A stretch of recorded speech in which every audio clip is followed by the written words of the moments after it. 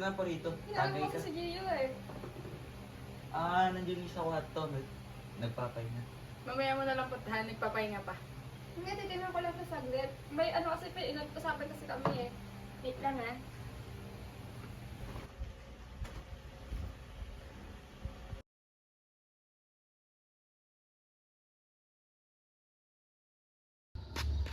Uy, love.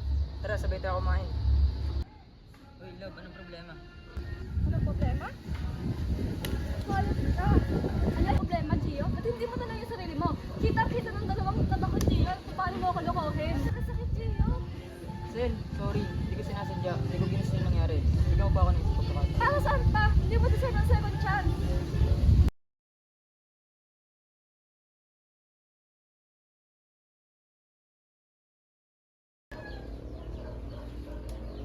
Pre, bar tayo.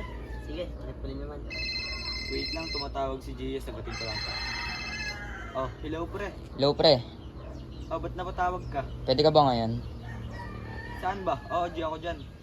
Punta sana tayo doon sa bakong bukas na bar. Problemado eh. Sige, sige pre.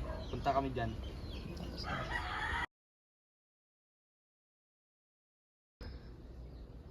Naulo ko. Pre, una na kami. Ubus na rin ang alak. Tsaka umaga na tayo. Sige pre, salamat.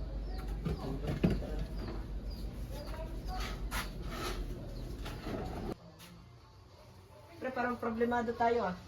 Tara, sumama ka sa akin, pampakalma. Di pre, dito na lang ako lasing na doon. Hindi pre, sure dito, magiging okay ka. Sel Ben, pre. Hindi pre, sumama ka na lang, ako nang bahala.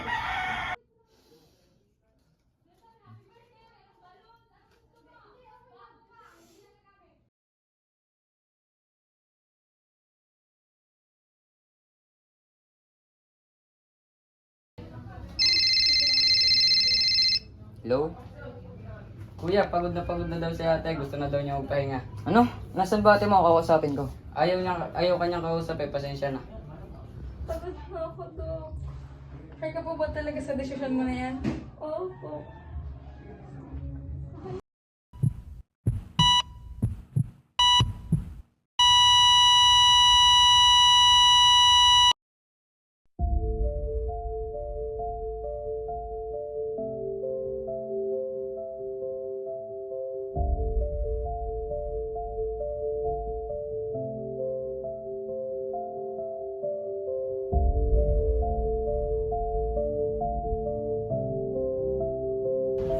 Me if it was worth the try. So why can't you say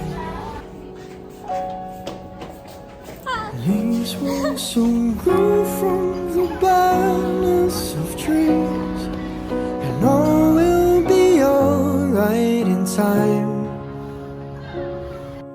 From waves overgrown come the calmest of seas, and all will be alright in time.